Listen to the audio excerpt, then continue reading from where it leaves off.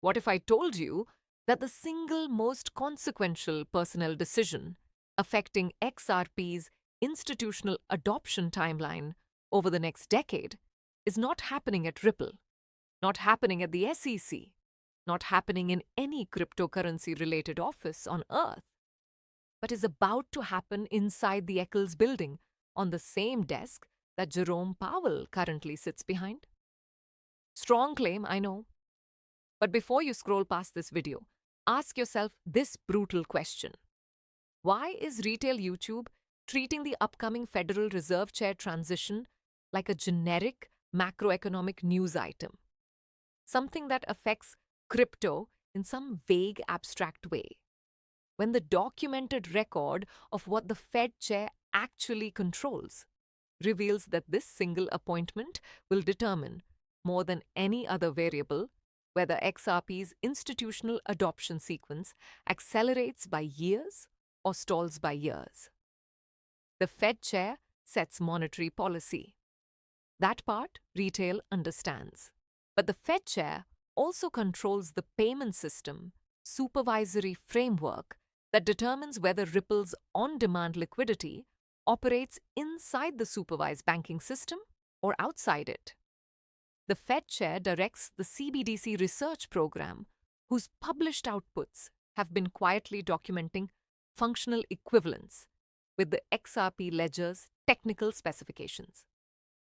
The Fed chair coordinates the Federal Reserve's contribution to the Clarity Act's implementation guidance. While the crowd is asking, will the Fed cut rates, something far more structural is being decided behind the curtain. Today, I'm going to walk you through what is actually about to happen, why each candidate matters for completely different reasons, and why this transition is the most underpriced event in the XRP thesis right now. And the world, once again, is missing the signal. Welcome back. On this channel, we don't trade hype, we decode structure. Today, we are going under the hood of one of the most analytically important personnel transitions in modern financial history. And we are testing what each candidate's documented record reveals about the specific regulatory and monetary environment that XRP's institutional adoption depends on. No moonboy fantasies, no emotional charts, just the public record, the documented authorities, and the institutional positioning that retail has been trained to ignore. Before we go under the surface, this is informational analysis, not financial advice. Let's jump in. Let's start with the hard truth. 99% of XRP holders think the Fed chair matters because of interest rates. They believe the entire macro story is one variable. Lower rates good, higher rates bad. That framing is not wrong, but it is dangerously incomplete. It collapses three completely separate channels of influence into one, and it ignores the two channels that matter most for the specific story of XRP's institutional adoption. Because the Fed chair does not just set rates. The Fed chair shapes three independent dimensions of the financial system, each of which is structurally critical to the XRP thesis, and each of which operates almost completely outside the rate cycle that retail obsesses over. Here is what almost nobody on this platform is willing to say clearly. Channel 1 is the payment system supervisory framework. The Federal Reserve directly supervises the payment infrastructure that federally chartered banks use.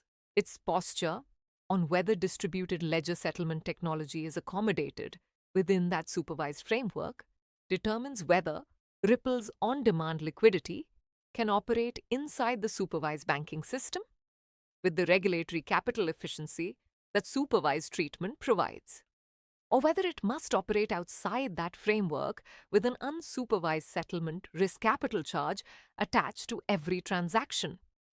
That capital charge, which lives or dies based on the Fed chair's posture, not on congressional legislation, is the single largest commercial barrier that has prevented Tier 1 banks from deploying ODL at scale.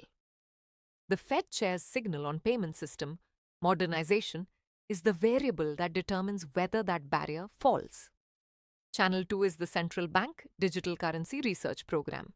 The New York Fed's Project Cedar work, along with the broader Federal Reserve research portfolio on wholesale CBDC and interoperability, has been quietly publishing technical findings that point with increasing specificity toward functional alignment with the XRP ledger's settlement specifications.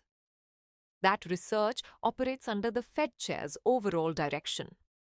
A chair who is supportive of CBDC research, particularly wholesale interoperability work, accelerates the timeline on which the sovereign-level adoption signal, the highest impact catalyst in the long-term price model, becomes visible in the market. A chair who is skeptical of CBDC development decelerates it. Channel 3 is the Federal Reserve's cooperation with the Clarity Act's implementation. The Clarity Act, when it passes, will require coordination between the Fed, the SEC, and the CFTC to translate the legislation into operational regulatory guidance.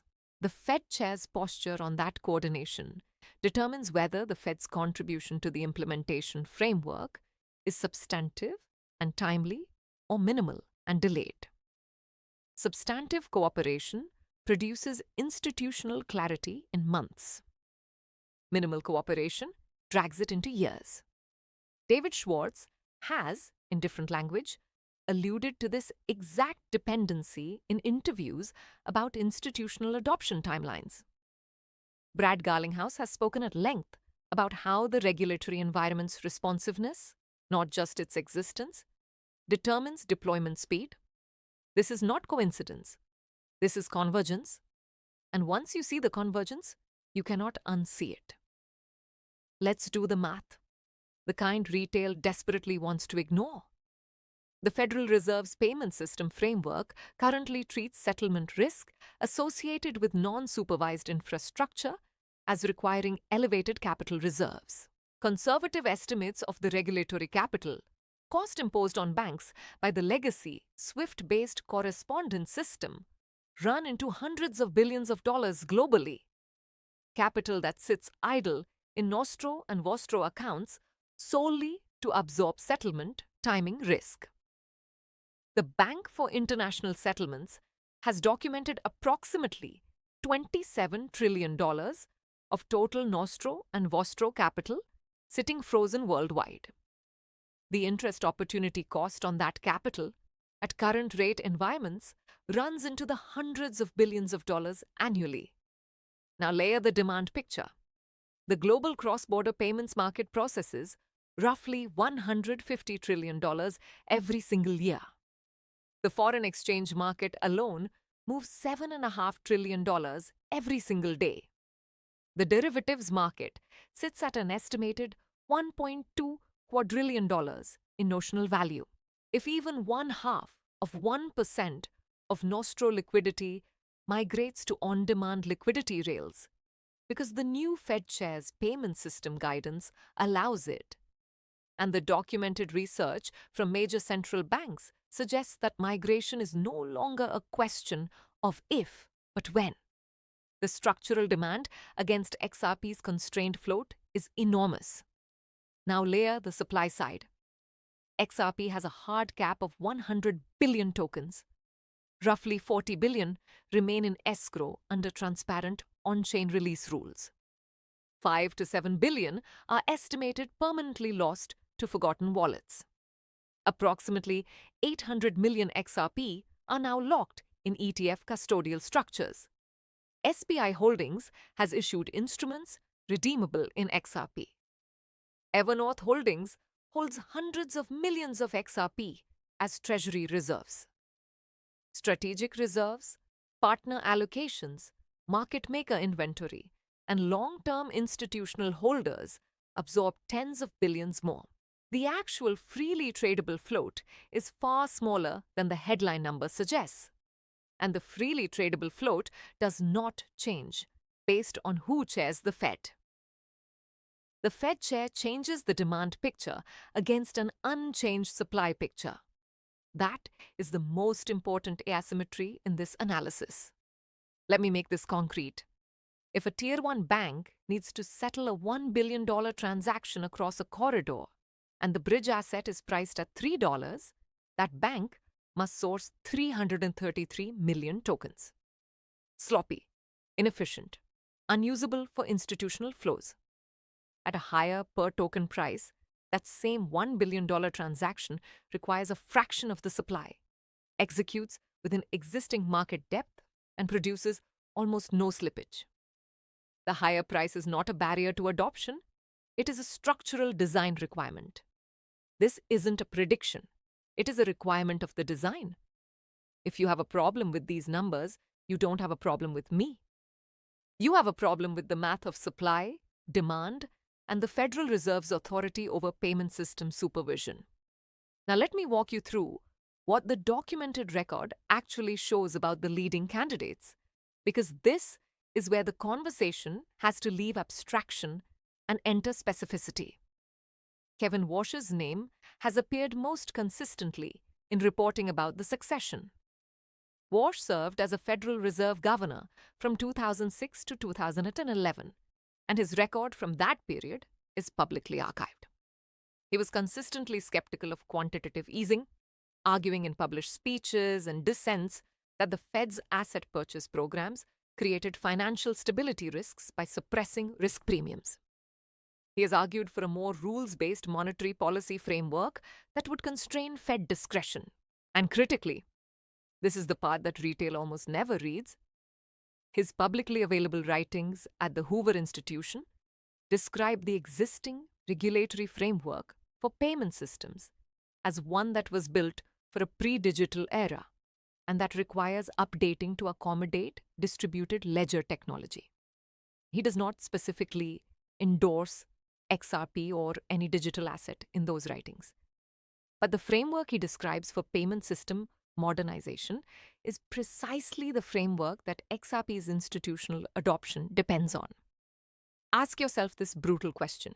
If a candidate with a documented public record of arguing that the existing payment system framework is outdated, that regulatory ambiguity should not be used as a tool to protect incumbents, and that financial innovation should be accommodated rather than suppressed.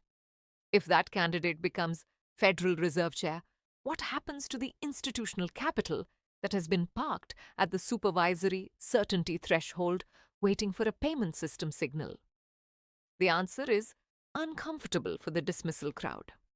That capital begins deploying, not on the announcement, not on the confirmation, but on the first specific payment system policy communication from the new chair's office.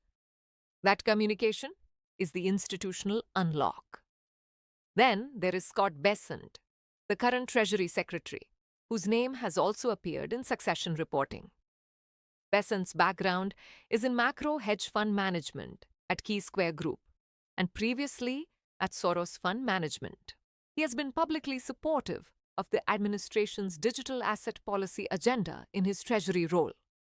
A Bessent-led Fed would represent the closest possible alignment between the Treasury's existing digital payment infrastructure agenda and the Fed's payment system supervisory framework. The implementation guidance for the Clarity Act, which requires Fed cooperation, would in that scenario be developed by a chair who was part of the team that helped design the underlying policy. That is the most direct institutional alignment scenario across any candidate.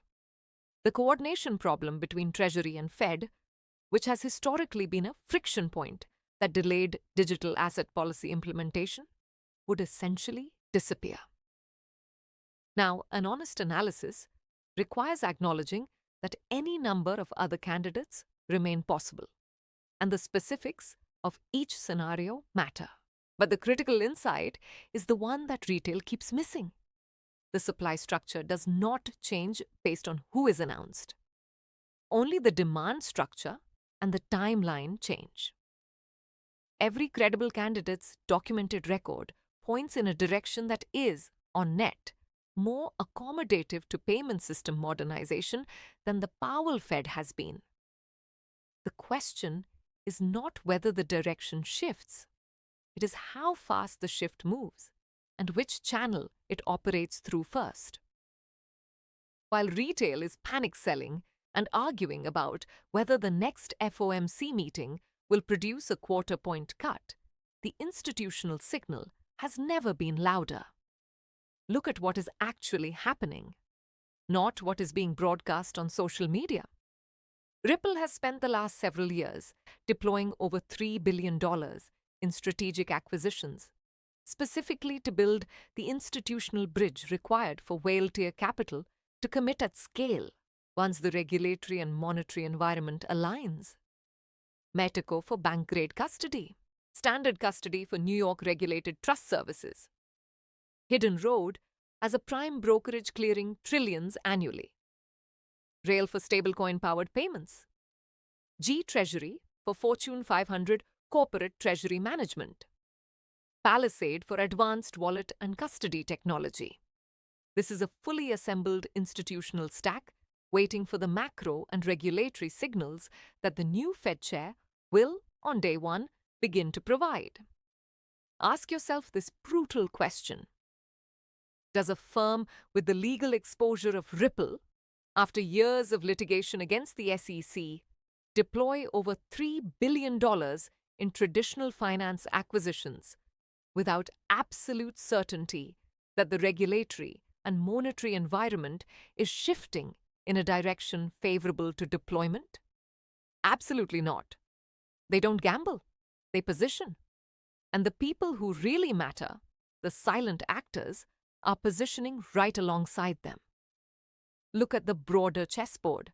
Larry Fink, the CEO of BlackRock, has gone from publicly dismissing crypto to championing tokenization as the future of every financial asset on Earth.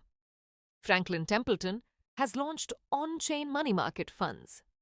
Fidelity has expanded its digital asset custody operations. JP Morgan continues to deepen blockchain-based settlement work. The Bank of Japan, the Japanese FSA, the European Central Bank, the IMF, every serious monetary authority on Earth is publishing on tokenization and on-chain settlement. This is not retail FOMO. This is the apex of institutional capital pre-positioning for the regulatory and monetary environment that the new Fed chair will define. The retail crowd is staring at price. The institutions are staring at appointments. One of them is going to be very, very right. The other is going to be writing comments on YouTube about how they were lied to.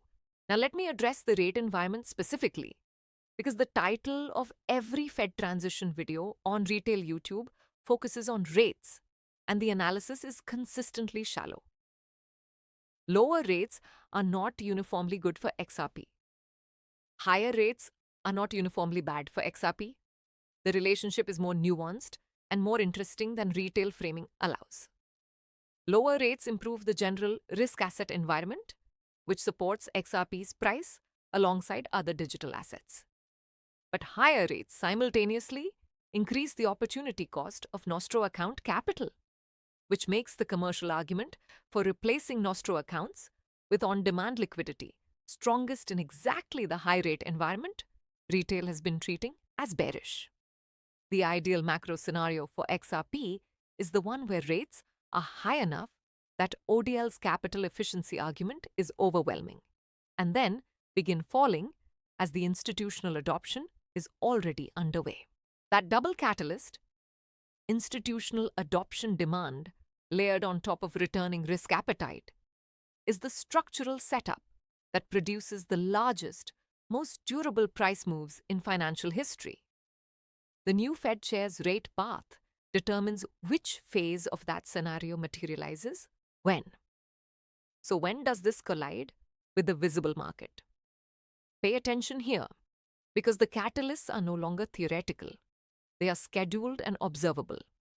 The announcement itself is the first event. The market will react quickly to the candidate's most widely understood characteristics. WASH means tighter monetary discipline with innovation-friendly regulation. Besant means continuity of the administration's existing digital asset policy agenda. Either direction is structurally more aligned with XRP's adoption story than the Powell-era status quo. The initial market reaction reflects general characterizations.